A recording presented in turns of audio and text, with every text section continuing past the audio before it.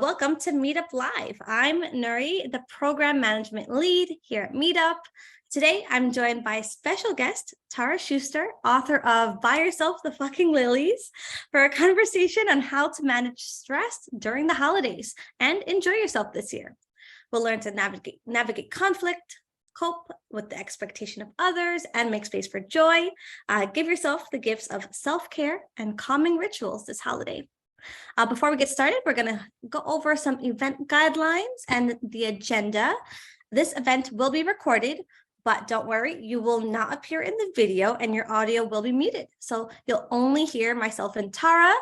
The chat is also going to be turned off now, but if you do have any questions, please submit them via the Q&A feature at the bottom of your screen. We also have closed captioning available. On the bottom of your screen, you'll also see a show captions icon, and you can select your preference there. And here is the agenda for today's call. I'll start by introducing the one and only Tara Schuster, and then we'll get into our fireside chat and end off with a Q&A session with our callers, with questions from you callers today. So welcome, Tara. We're so happy to have you here today. Tara Schuster is the author of Buy Yourself the Fucking Lilies, selected by Cosmopolitan, Real Simple, Goop, Publishers Weekly, and many more as one of the best books of the year on mental health and self-care. Previously, Tara served as the Vice President of Talent and Development at Comedy Central, where she was the executive in charge of such critically acclaimed shows such as the Emmy and Peabody award-winning Key and Peele. Her eagerly anticipated forthcoming book, Glow in the Fucking Dark, Simple Practices to Heal Your Soul from Someone Who Learned the Hard Way, is due out this February 2023. Welcome, Tara. Yay, thank you. I'm so excited to be here. Thank you for having me. Yeah, well, we're so glad to be talking with you. So to kick it off, you became a very accomplished individual at a young age, what makes it seem like you had it all put together on the outside, but inside you're really struggling. Can you tell us a bit about this experience and what did you learn from going through this, through those experiences at such a young age? Yeah. Well, first, I just want to thank Meetup for having me and thank everyone here for joining. I'm so thrilled that anybody wants to talk about what we actually do with managing holiday stress, because I feel like people talk about it and then we have no solution. So I'm just glad that y'all want to talk about this. Yes. So, as you mentioned, I worked in Hollywood. I was at Comedy Central. Jordan Peele is like shouting me out from the stage at the Emmys. It seemed like this really glamorous life, but in the inside, I was just imploding. And that was a lot due to, I grew up in a neglectful, psychologically abusive household that was like super dangerous. It was an open construction site for like 5 years. So if you went by a wall, like you definitely could catch a splinter.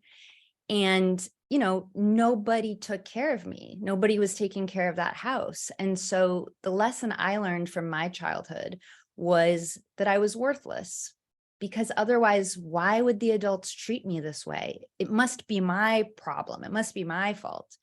And so, I looked for affection from the one place I could reliably get it, which was from teachers. And so I was always like teacher's pet, going like having lunch with the teachers, and external validation. So external validation became all that my worthiness was hinged to. Like that's all that mattered.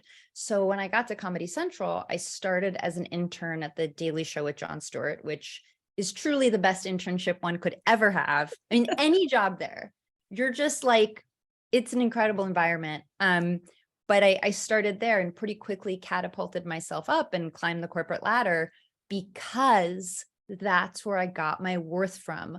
That's what I thought love was. Like I basically substituted my colleagues for my family. So what I like to say is I was good at work, but I was bad at life. And you did mention that a few times in your book. I've been listening to your audiobook, and that definitely is a recurrent theme there. Now, how did that experience with those like conflicting experiences. How did that inspire you to write your book, Buy Yourself the Fucking Lilies? And what are you hoping people would learn from reading that book? Yeah. So, first off, I'd say I didn't set out to write a book. I set out to save my life. I had no intention of writing a book, much less a self-help book. Basically, what happened is I was kind of talking to you about, I was overwhelmed by anxiety and depression. Most days I walked around thinking, you're unlovable, you're bad, you're not enough, you're never going to succeed. I was 25 and pretty convinced that I just was never really going to make it.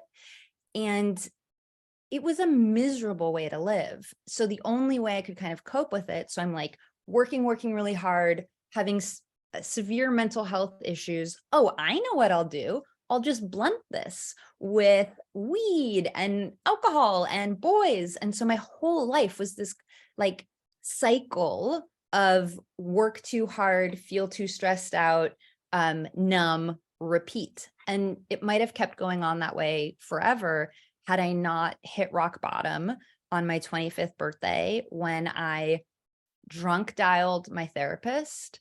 I woke up the next morning to all these alarmed messages from her. And that's when I realized, oh man, I drunk dialed her, threatened to hurt myself. And she took it so seriously that she was looking for me. And so that next morning, I felt like, wow, this isn't some cute story. This isn't a phase that I'm just going through. If I don't do something differently, if I don't save my own life, I won't have much more of a life to live. So it was, coming from a place of urgency, I decided, okay, I've always been a good student. I'm really good at work. I know I'm going to fix this. I'm going to start a Google Doc. And in the Google Doc, I'm going to put all the questions I have about taking care of myself. What are values? What are principles? What are vegetables? Genuinely, what are they? Which one should I be eating? In fact, if anyone knows now, please tell me, because I feel on the internet, we hear one day that something's awesome. The next it's that's toxic. Don't you dare. Feel like we should have nailed nutrition, but alas, we haven't. Yeah. And basically the idea of this Google Doc was to reparent myself, which I'm sure some people here have heard that term before. This was 10 years ago. So when I was talking about reparenting myself, I didn't even know that that was a bigger concept. I just knew I needed to stop being neglected.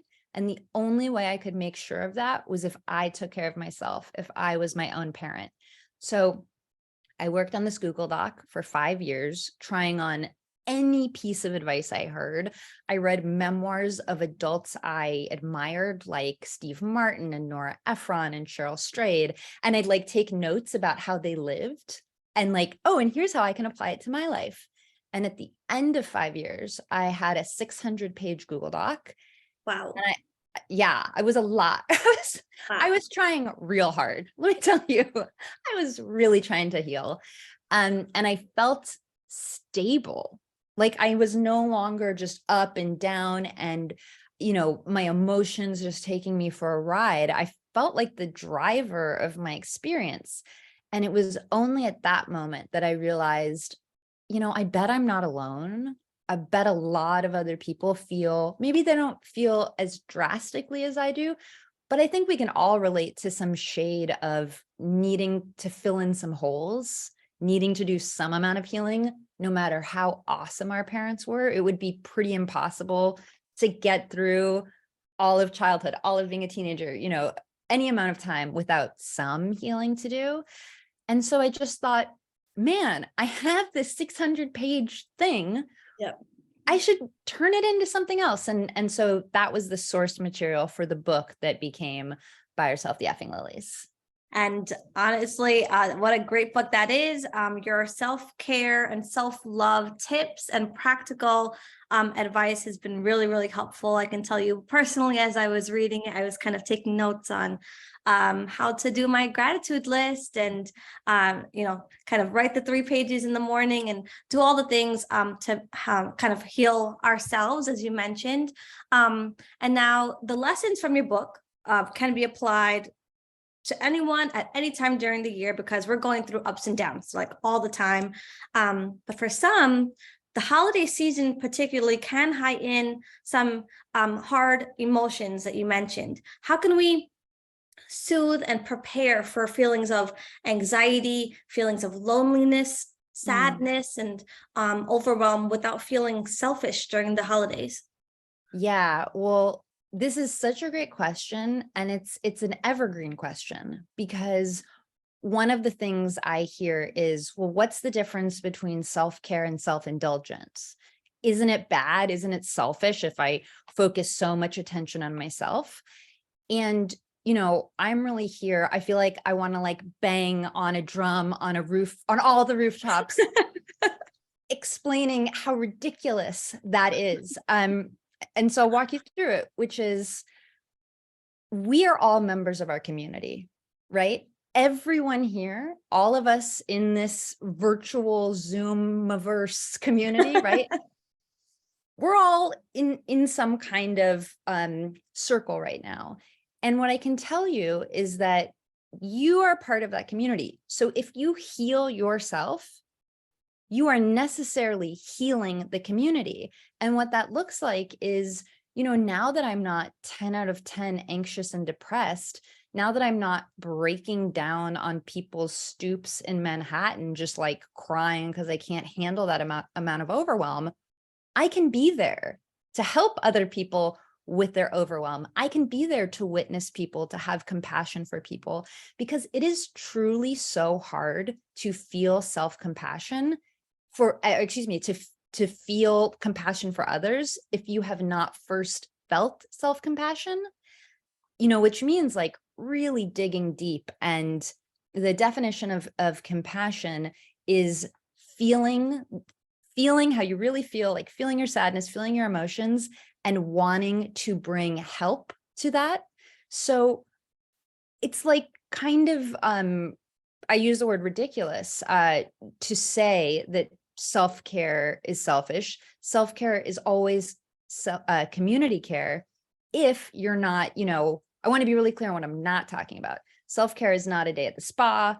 Self-care is not a trip to Hawaii. Like, I love Hawaii. And if you want to take me as your personal guest, cool. Like, I am there. But that's not self-care. That's fun. And so real self-care is taking an emotional inventory of yourself, of the wounds you need to heal, and you applying nurturing and love and self-compassion and the parenting that you most needed. And so, I think you can see, like, when we look at it that way, it doesn't sound so selfish anymore, right? Doesn't sound so like horrible. Yeah, I agree. And thank you so much for being so vulnerable with us today, with really getting into kind of the feelings that you were feeling and the things that you had to work through. And I think that in your book, you also mentioned this idea of the oxygen mask, right? The parent and the child, the parent will need to make sure that the oxygen mask is on themselves first before being able to help the child. The same concept that you were explaining there. Totally. And it's like, when you look at that, the handout, you're like, wait, what? The parent doesn't just immediately try to save the child? And it's like, no. So I think it's natural to have a little aversion at first, but once you start doing the work, you kind of like quickly see, like, wait a minute, this is not selfish. And one other thing I would say is, if you have been put on planet Earth and you have the ability to enjoy any part of your experience, I think you really ought to, because so many people didn't have that chance. There's so many people throughout history who really have had it much worse than any of us. And I don't know, I feel like it's not very grateful not to look for a way to enjoy what you have been gifted. Yeah. And so since this holiday season, many of us will be reconnecting with our family and our friends. Sometimes it could be hard not to compare ourselves with others when conversations come up about our accomplishments of the year or goals for the future. What are some ways that we can move past comparison and remind ourselves that everyone's path is different and appreciate what we have done? Yeah. So I don't know about you, but I find it hard to imagine that I could get over jealousy and comparison and envy forever. Like, Yeah. problem solved. Like, I'm such a good person that I don't even feel that anymore. Right. Right? Like, nice idea, but that's not going to happen in my life, in my lifetime. And so what I've learned to do is walk around it. So here's the thing. I have a friend. I'm just going to get right into it because we're at a Yeah. fireside chat, right? Safe space. I Yes. can say whatever. Okay. Yes. And one of my best friends in the whole wide world comes from a very wealthy family that's very happy, which is so annoying. They don't have, you know, like they don't have tons of problems. I'm like, you should have problems if you're born with that much privilege, right? And they have tons of kids, and every time they hang out, it looks like they're having fun. You True. know, it's just true fun. Everybody's relaxed. Nobody's screaming. The kids are the priorities. And it's just like, oh my God, I want that. I want that so badly. Right. And that is a blueprint for myself to see where I'd like my life to go. It shows me exactly what it is that I'm looking for, that I'm searching for. And because she has it, it means I can too.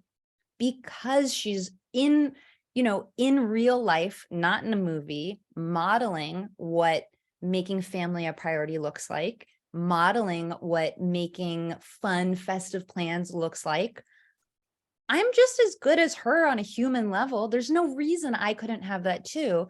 And then I can look at, and what are practical steps that I can take towards getting there. So if you find yourself at the Thanksgiving table, super like comparing yourself and envious, instead of like rejecting that feeling, which often makes us feel more guilty and worse, I'd encourage you just to say, okay, this is how I feel right now. How is this a guide? How does this help me see what I'm capable of? And once you start doing that, I really do have less days of envy, but it always does. But it's like this process. It pops up, I reframe it. It pops up, I reframe it. And with time, it becomes less and less and less. Yeah. And so it's a constant kind of mindfulness of that as you go on your self-care journey. And so during the holidays, it can be a really hectic time, and sometimes we can lose sight of our own self-care. So what are some practical self-care rituals that can be implemented in our daily routine? Yeah. I was actually writing, so I have a newsletter and I was writing it today, comes out tomorrow. And I was like, what is the one tool that I would recommend before anything else? And I think it would be a gratitude practice because, so again, I'll be blunt about it. I did not grow up grateful. I wasn't grateful for anything. By the time I was 25 and reparenting myself, I was actually on a trip to visit a friend whose family was just like super waspy. Like, how waspy? Okay, their family came to America on the Arabella. What's the Arabella? Oh, it's just the second ship after the Mayflower.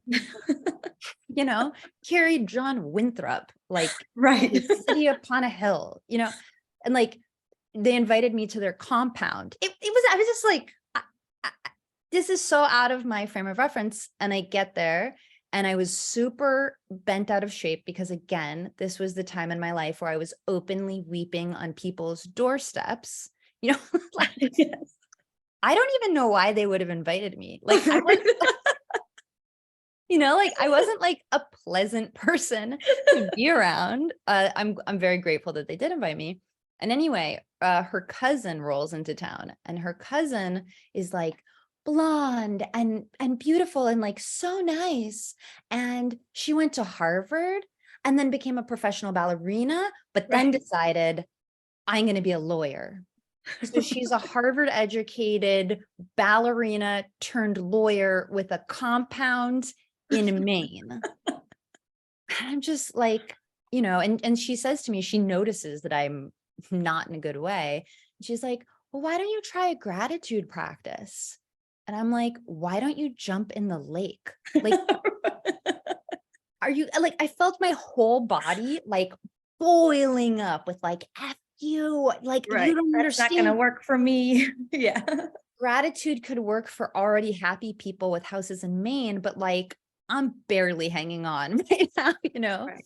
And, but I was telling you about the Google Doc that I'd started, that I was trying on any advice I heard.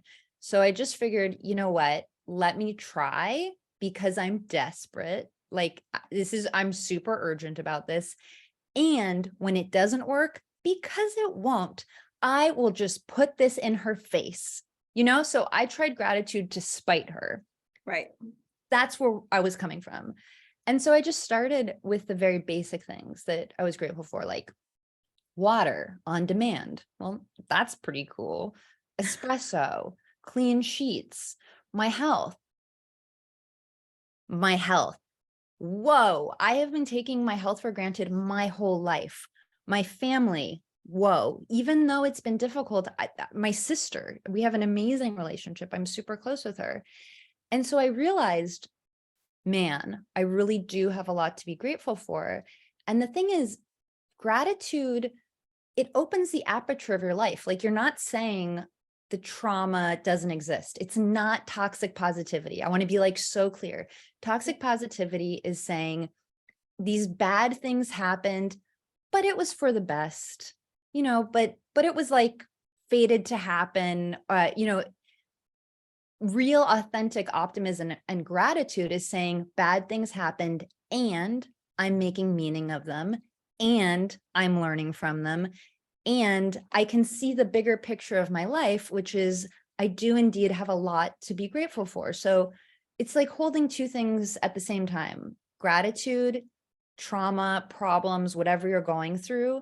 And the gratitude just reminds you that you can flip the script and see that you are enough, that you do have enough, that there's a lot to be grateful for. So I'm really annoyed at that girl because now I've been doing it for 11 years and I've got like 40,000 things I've written that I've been grateful for. Actually, if you're listening, Eliza, I really appreciate you and I'm grateful for your help. Oh. Yeah, And it's annoying. yeah, and the gratitude list works. And for some of us, having that advice given to us, we might only try it out for a few days or maybe even a month. But how did you actually ensure that you stayed consistent and you didn't just like push it aside as soon as life got busy? Yeah. Okay. So I just want to say I'm not a very disciplined person. I ate a cookie off of, like, I found it behind a blender today and I was like, well, how bad could it be? Right. So I'm not Right. like, I just want to, I don't want to present myself as like, oh, like, of course, my self-care routine. But what I do that really helps myself is I tie things together and I repeat. Like, I do the exact same thing over and over again. So when I wake up, the first thing I do is open the blinds, make the bed, grab my coffee, journal. And in my journaling is where I write the gratitude list.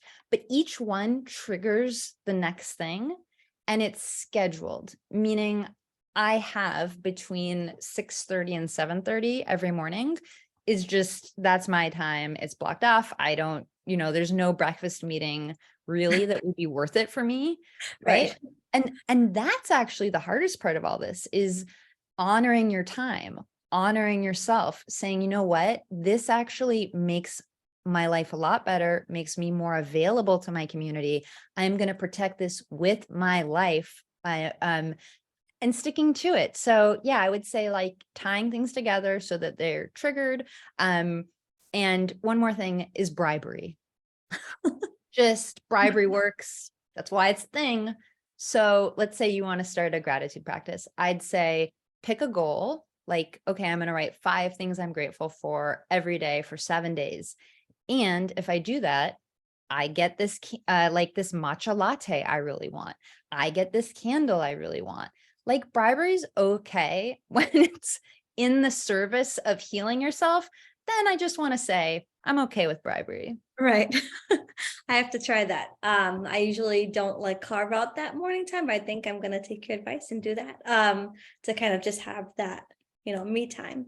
And I know we talked about this gratitude list, and gratitude overall. How can we reclaim joy and gratitude throughout the stress and the overwhelm that comes with the holiday season? Yeah, what I would say is that we don't reclaim joy, period. Like, not just in the holidays, but it's basically last thing on a laundry list of going to the dry cleaners, picking up the kids, work Yep. obligations. It comes Oh yes. dead last, right? Yep. And again, we often think, well, isn't it selfish to experience joy? Which is like a thing we got. Like, we can experience joy. So like, can't be that bad. Why else would it be here?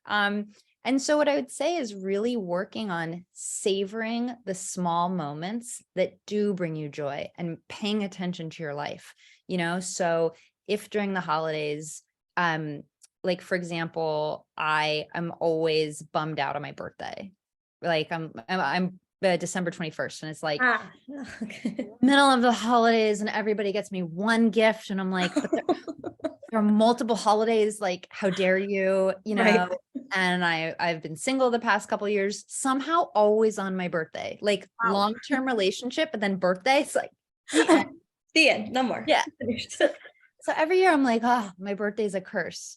So on my birthday, I've like planned it out this year. That's a big thing for anybody who has any issues with the holidays. Plan. Like, if there's something coming up, plan for it.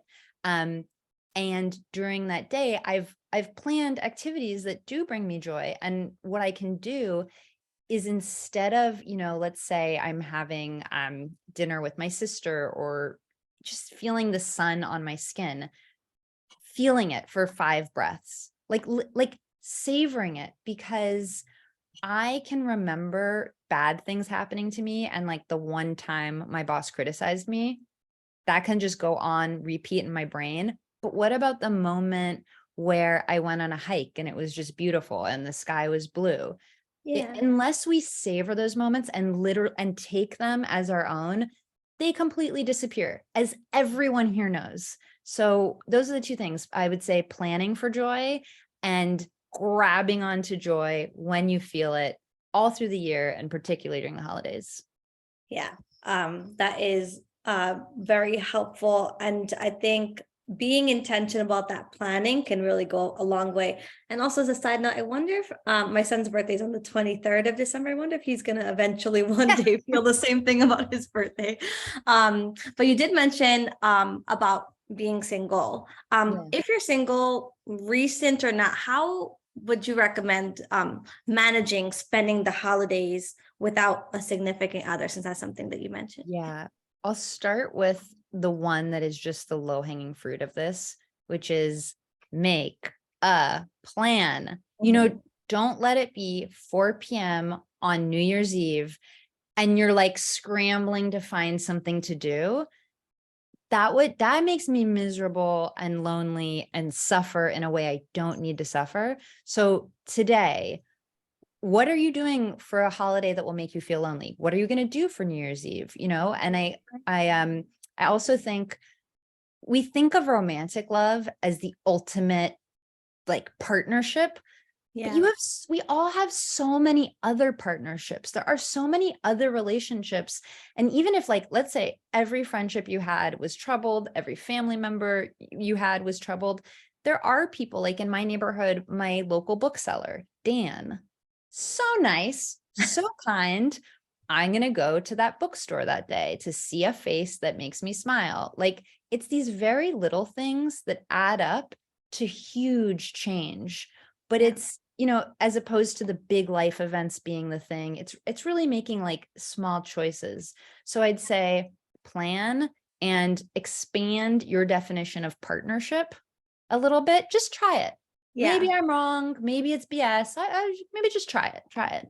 It's not all about the New Year's kiss. No. Right. So for those of us that might be spending the holidays alone, intentional or not, how can we feel content and possibly prepare for dealing with feelings of loneliness? I think you might be going back to your planning recommendation there.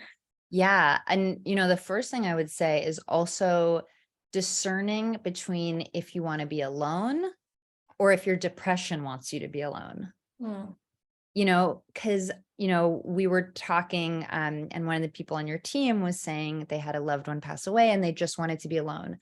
mhm, She was honoring what she wanted to do. mm, Hallelujah. Amazing. She knew that she was giving herself the healing she needed. right.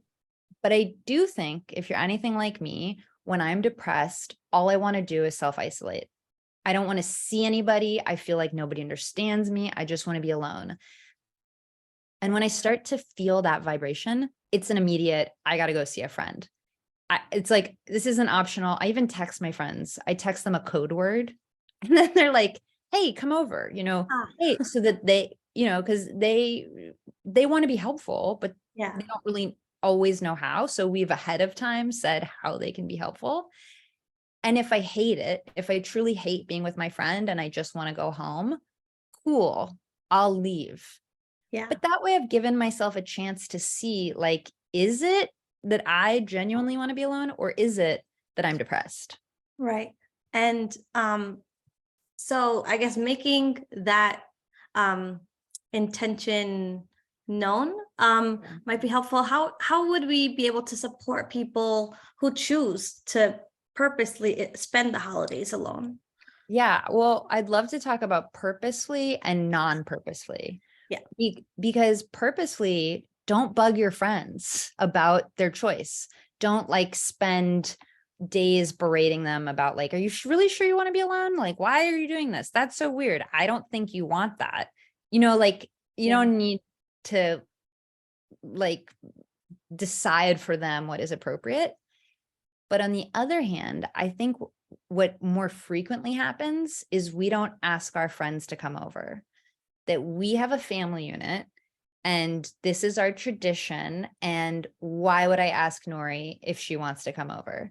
Like this is like, it falls into two buckets. Like this is our family, our thing, and not thinking about your single friends, your friend who just went through something. So I'd say include your friends. Like you want to get your good deeds out of the way nice and early, Yes. like Yes. include Good them. karma. And I promise it doesn't detract. I've had people come over when they were, during the holidays when they were lonely. I have been the one adopted by families during the holidays. And I think it only made things more joyful, the memories deeper, the connection stronger. And if you are so lucky to have a big loving community that you can bring someone into, really invite them, not like, hey, I know you're alone and that must be really hard. And do you want to, so maybe do you want to Right. come over? Like, no, I'm No. fine. No, I'm fine. You don't need, Yeah. no. I've got plans. I'm doing something with somebody else. Bye, I gotta go. Yeah. Who wants to admit that? Like who, Right. not me. So the way you could talk to your friends or about it would be, it would mean a lot to me if you came over. I think we'd have so much fun if you came over. My parents love you. They'd love to see you. Frame the positive inclusion, not like bringing up the exclusion and the loneliness first. Yeah. I think it that feels a lot more welcoming when you phrase Yeah. it that way. Yeah. Yeah. Um, on the flip side, sometimes family dynamics can be tricky. Even if you're not kind of invited to someone else's family, even within your own. Um, and sometimes we have to face difficult situations with that family during the holidays. What are some tips that you have for navigating these dynamics? Yeah, again, it comes down to planning. I mean, if I boiled everything in my book down, it would be like pause. You don't need to get super reactive. Nothing is a rush. Get curious about why is this happening? Why am I feeling the way that I'm feeling? And plan. Because I think that's where we often, like, we know something's wrong or we know we want to fix something, but we don't plan a time when. Yeah. So it just, nothing happens. And so in this situation, if you know that your Uncle Mark is going to make comments about your weight again, you actually can do something about that. You have options. You are not fated to that forever. You could talk to the host. You could be like, hey, would you mind seating me somewhere differently this year? Or let's say you don't have like place cards, right? Can you walk me to my seat? Can you help me to another ally at the table? Hey, when Uncle Mark says that, can you jump in and deflect the conversation with me?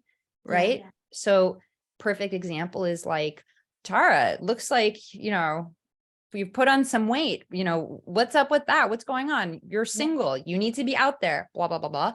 Right. Oh, Uncle Mark, I totally hear you. And how amazing is the stuffing this year? Like, I hear you, and I open it up to Deflect. some, and I deflect. Because you don't have to answer anybody. You don't have to answer anybody for your life at that table. So looking for allies, asking for help, being vulnerable with somebody you love so they can help protect you, having ways that you're going to deflect yourself. And the other thing I'd say is also, if this dinner makes you miserable, guess what? You don't have to go. Right. This is totally optional. Even when we're like so guilty, like, no, but you don't understand. I have to go. I'm gonna Really? hear about it until next year. I'm never gonna Cool. hear again. Hear about it till next time. And maybe even say to that person who's like so disappointed you didn't go, you know what? There was a reason. There was a real reason that I didn't go. And here it is. And let's talk about it. But until you draw a boundary, none of the people in your life have any reason to change because they know you will roll over. Yep. Now that I hear Right? loud and clear. Or they don't even know you're upset. This has, we think everybody notices everything. No, they're busy with their own lives. It might well be that nobody else knows that Uncle Mark's comments are so upsetting. Right. Why would they if you've never said anything? So that's where boundaries are actually very helpful to our relationships, because then you're not like avoiding family events, like Yeah, you will exactly. go. Yeah. I feel like me personally, I that would be really hard for me to implement because I would feel so guilty. How can we kind of set those boundaries without feeling guilty, just so that we are prioritizing our well-being? Yeah, I think it's a longer process than, the holidays are kind of these distinct moments in time. But if the rest of the year you have been taking care of yourself, you have been honoring yourself, you understand that your self-care is always a form of community care, as long as it's not the vacation to Hawaii, that, what we discussed. Yeah. Those feelings of guilt really do kind of go away. Like, to where I started was with utter guilt and shame. Like, I'm not worth taking care of. This is horrible. Like, what am I doing? I'm focused on me, and it will never work. But with practice, I'm like, oh, I'm a worthy human being. I deserve some joy in my life. I am happy to take care of myself. Now I truly, this just doesn't come up for me, and so that's a lot of practice. And I would also say, if you really need it to be about other people, do you think your loved ones want you there resenting everybody, feeling horrible? Right. No, right? So for their benefit, don't end up hating them. Yeah, And exactly. and there's no way around that unless you change something about the situation. So for yourself, for others, for the love of God, please take on your healing. Yes.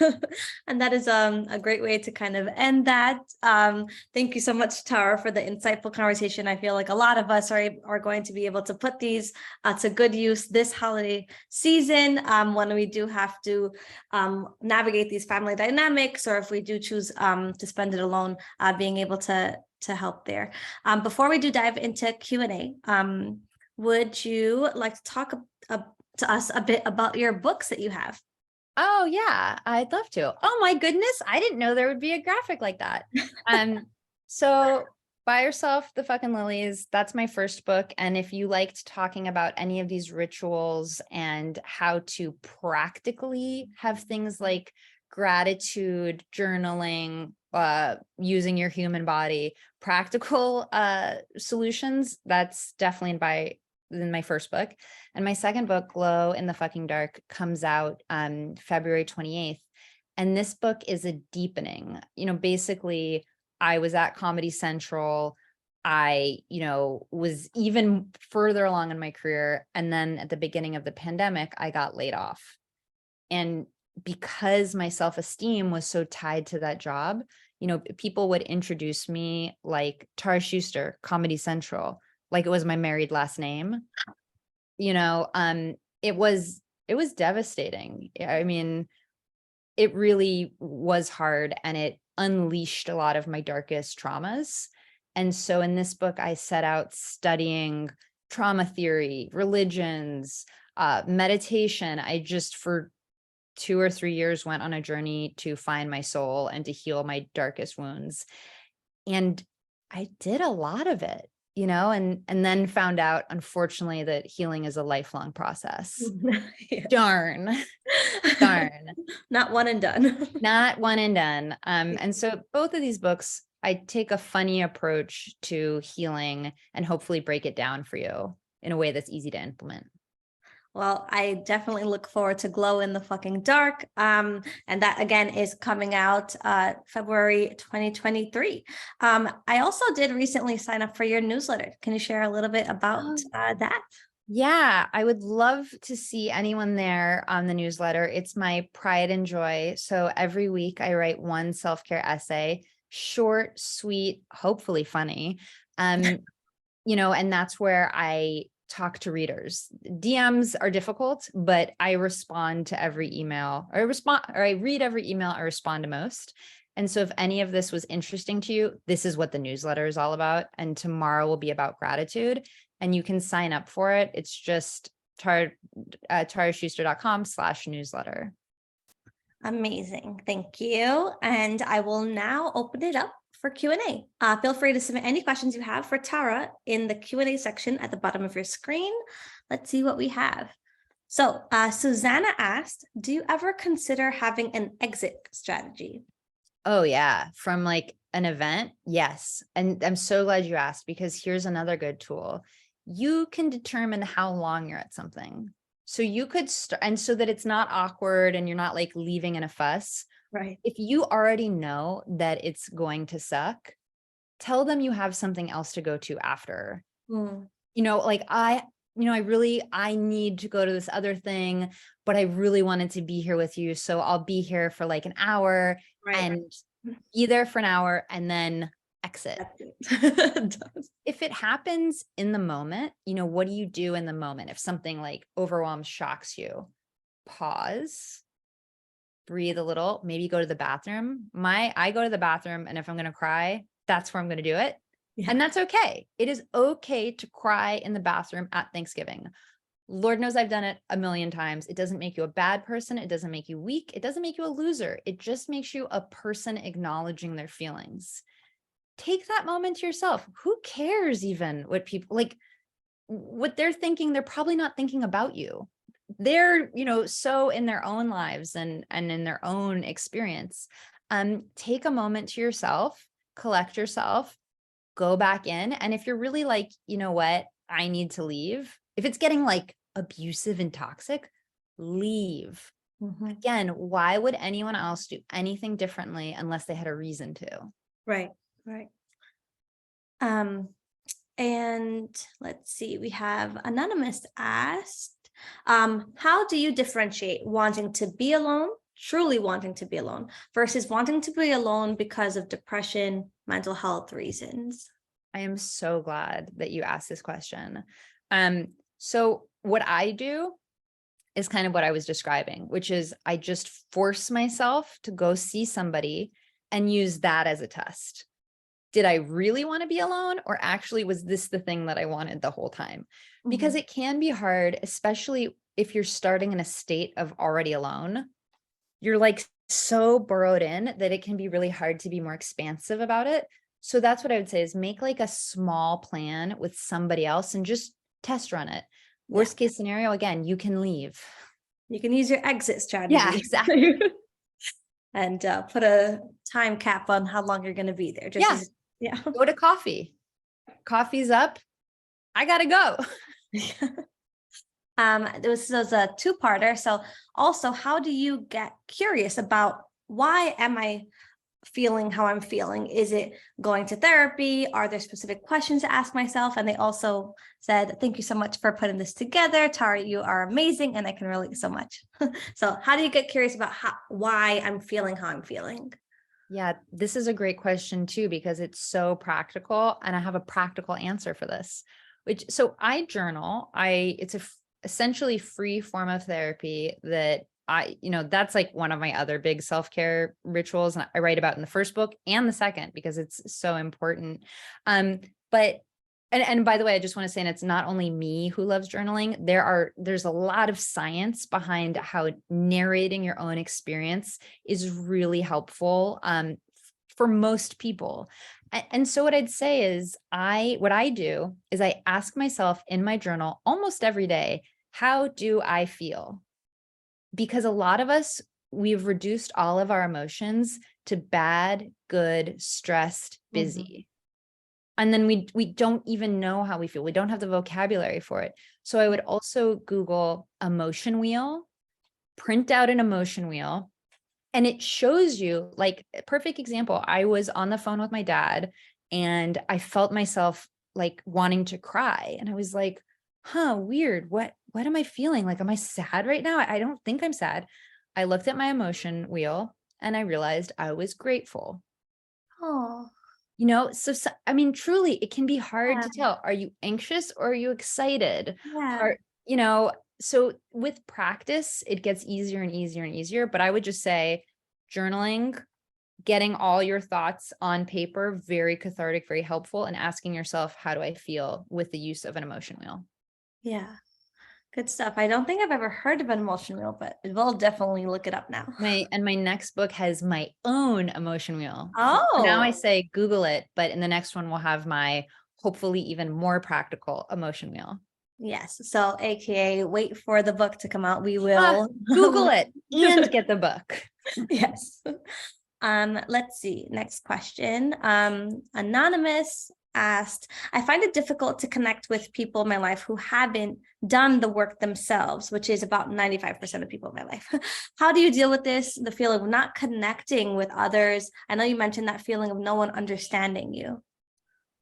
Good Lord, is this one like, I feel 100%, because when you have done the work or even begun to do the work, stuff starts sticking out to you like a sore thumb. And sometimes I find myself wanting to change the people around me. Like, if only you knew about, therapy or this or a gratitude practice, or why don't you start journaling, and you want to start suggesting things to people, and then you almost feel rejected if people can't change. It's really tough. So what I would say on that one, and this is not like the cheeriest of answers, I often say I'm like the most depressing motivational speaker ever, because I'm like, this is hard. This is hard and it's going to take years Yeah. to accomplish, but we Yeah. That's can. real. Yeah. I mean, it's just the truth of the thing. There's no magic. It's just work. But I would say is, you might need to get some new relationships. Truly, because again, those people in your life don't actually have a reason to change unless something about the situation has changed. Yeah. And you don't need to be dragged down. Maybe it's time to deepen relationships with people who are a little more on the path with you. Maybe it's time to go out and make some of these friendships, like, be it a book club. I'm actually taking a course in a kind of trauma therapy I'm really into, and meeting people who are also into that.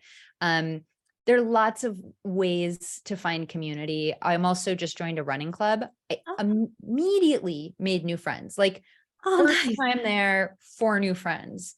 Because there Yeah. are a lot of people looking for connection, Mhm. especially now during the holidays and post, well, we're still in the pandemic, but Right.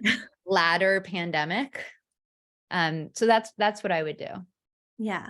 Good advice, especially with the running club one, just or a group of any kind, or a meetup event, say. Oh, I should Um, have said that.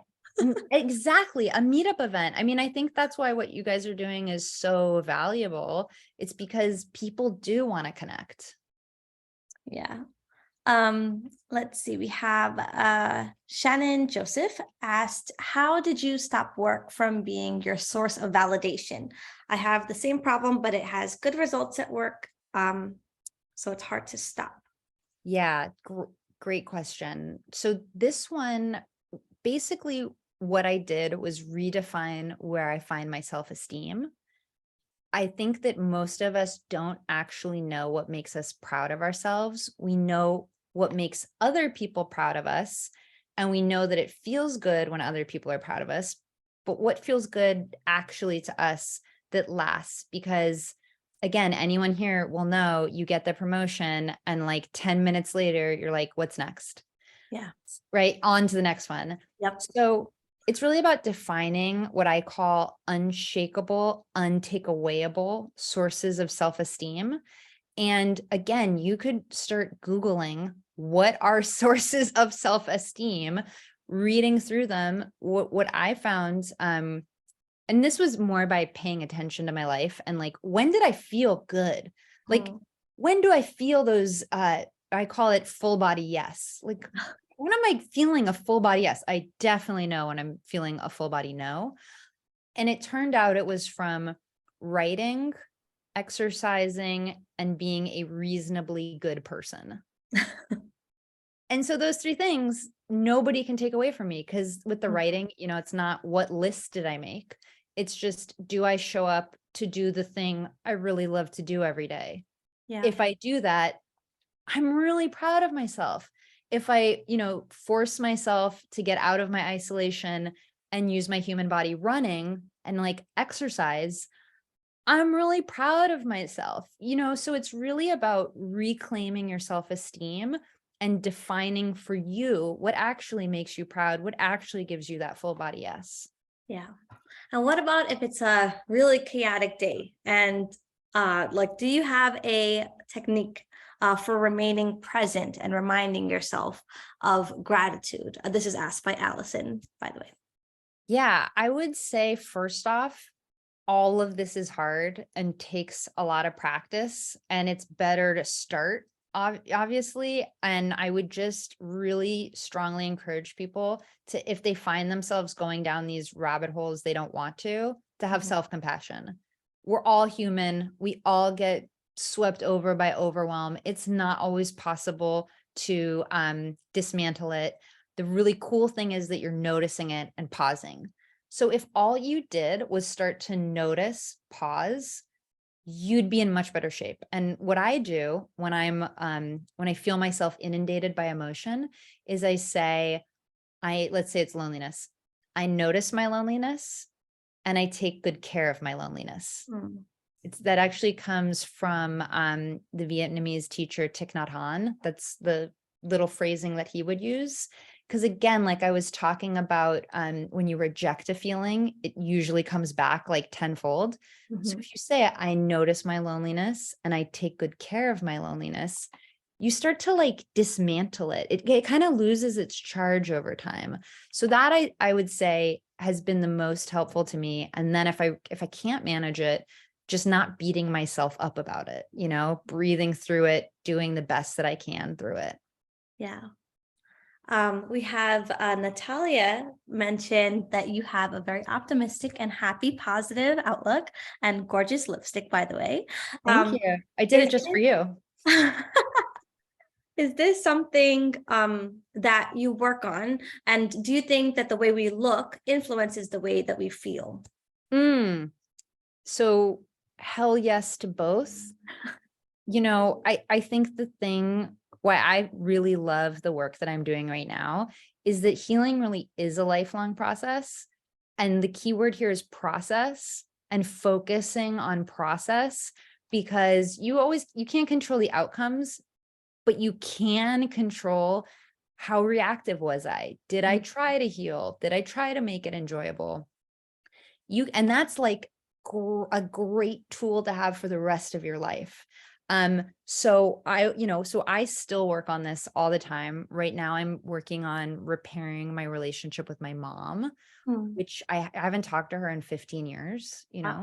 She's, if you read Lilies or Glow, it was very difficult.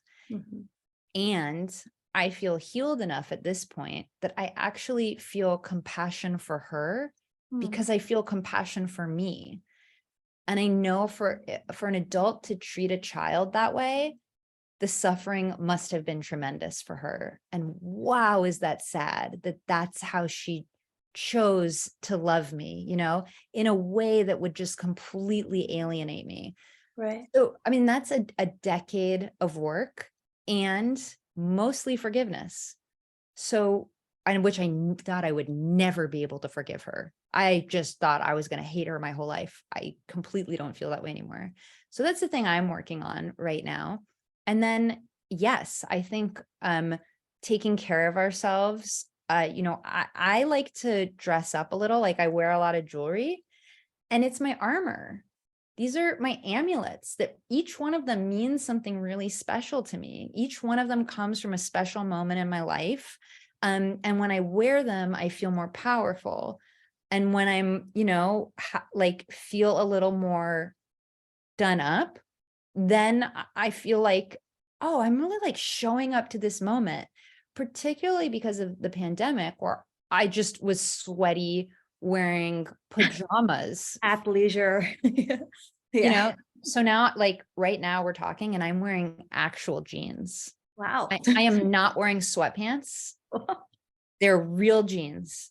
So you act differently when you feel like you look good. And it's I think it's a really important part of self-care, whatever that means to you. Got it. That is a great way to end off there. We are running out of time, so we won't be able to take any more questions, but I do want to thank you so much, Tara, for joining us today. And thank you so much for your time and sharing your insights with us. I would also like to share a couple of slides before we go.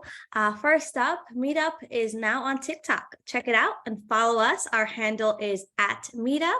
We post really fun and engaging content that you won't want to miss out on. We also have a podcast. Keep connected with our very own, Meetup's very own CEO, David Siegel. David talks with Meetup organizers as well as thought leaders in community and connection. And you can scan that QR code right there to give it a listen. As a reminder, you can review a recap of this event in a few days on our Community Matters blog at meetup.com/blog. Thanks again, everyone, for joining us, and have a great day. See you Thank all. you.